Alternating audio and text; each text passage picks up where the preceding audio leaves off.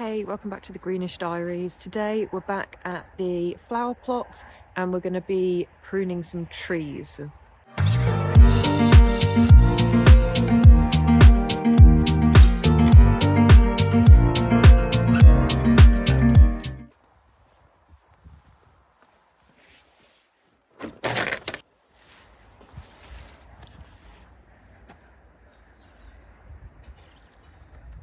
So we have had a storm since I've last been at the plot, and there's really not much here at the moment, so my plot's been fine. There's a few things that have blown around, but really there wasn't really much to ruin in the first place. But yeah, we're going to concentrate on the trees today, prune those back. I'm going to try and get the Medlar done as kind of a priority because it takes up the most space on the plots. Yeah, I'm going to talk you through how I'm going to do that. So the first thing I'm going to do is I'm going to clean my tools. So I should have done this at the end of the growing season last year in February now, but definitely needs to be done before you start any work pruning trees. You don't want to contaminate anything, you don't want to bring any diseases in, so I'm going to talk you through how I do that.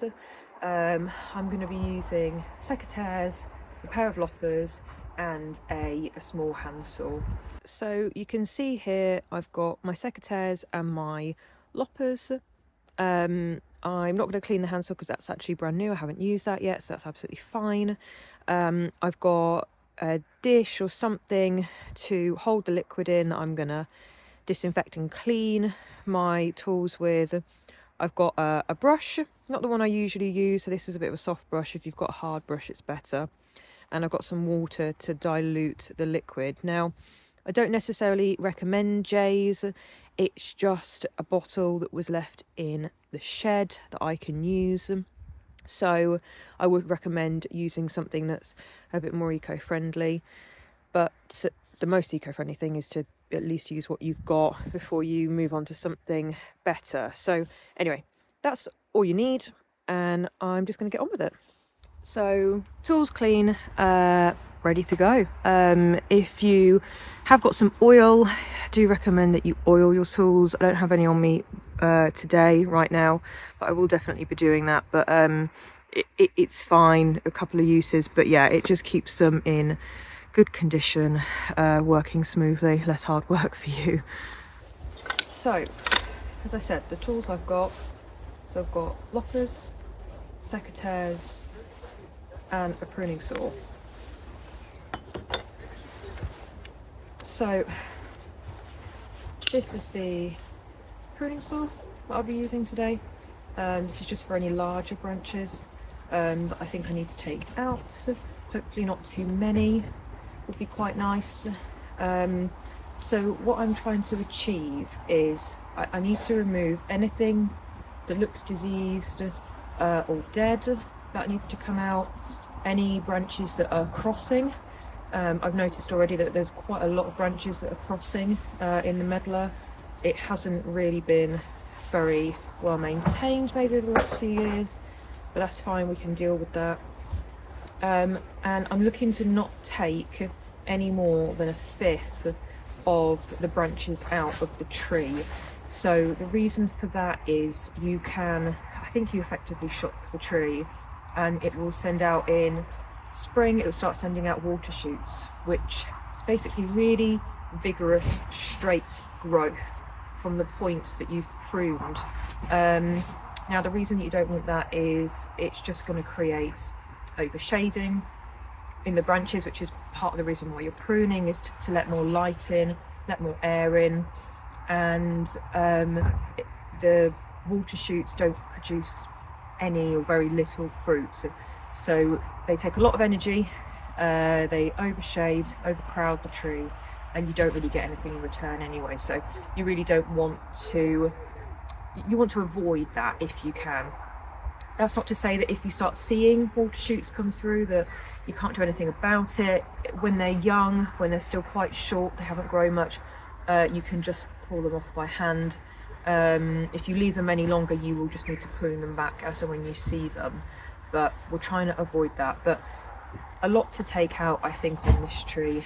So yeah, let's get started, see what we find.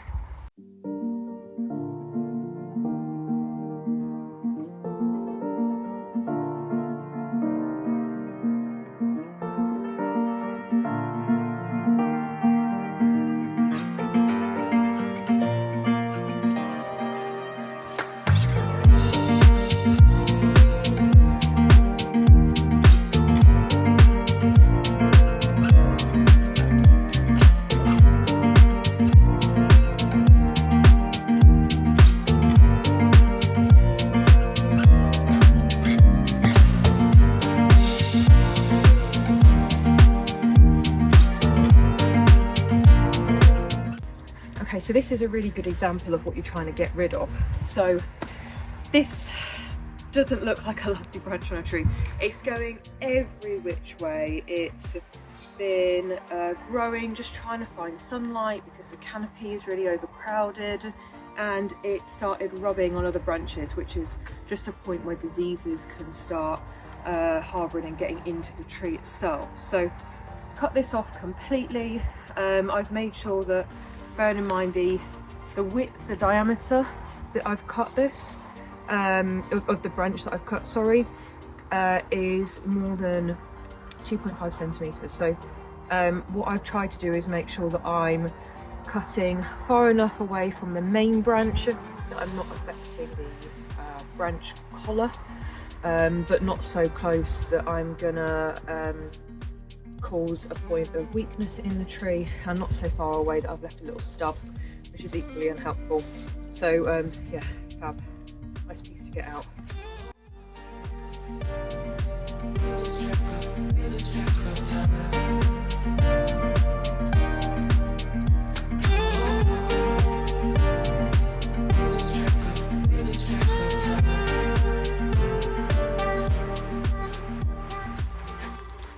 So this whole branch was rubbing on another one. You can kind of see where these were kind of laying. That's why it's got this bend on it. And also it's just in itself is a good example of two branches growing and rubbing against each other, these two. And you end up with a little mark in between them where they're just constantly rubbing. So we just don't want things like that, unfortunately.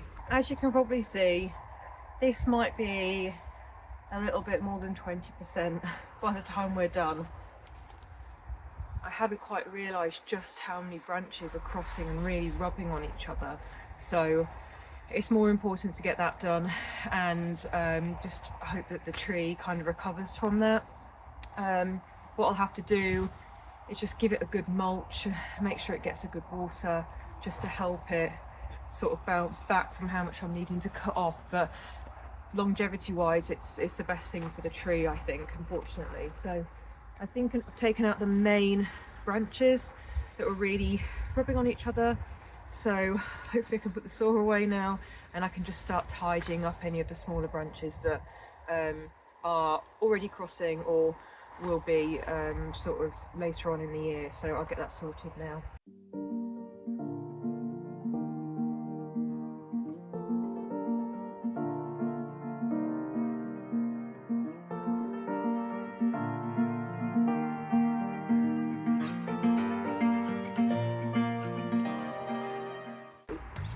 So it's a case of figuring out what I can chop back this year and what maybe I can deal with next year.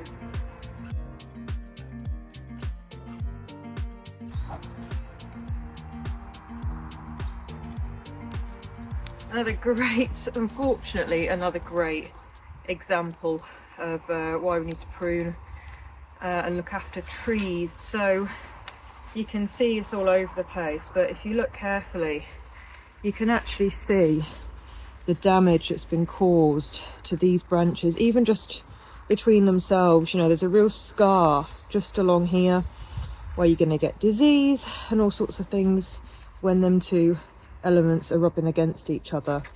And you can also see the effects of it in here. So that element has been rubbing and rubbing against another branch that's still on the tree, and this one has come worse off. So that's why I've chosen this one to get rid of and leave the other one on the tree, because that isn't healthy at all. So unfortunately, another substantial piece off the tree, but it's all needs to be done, unfortunately.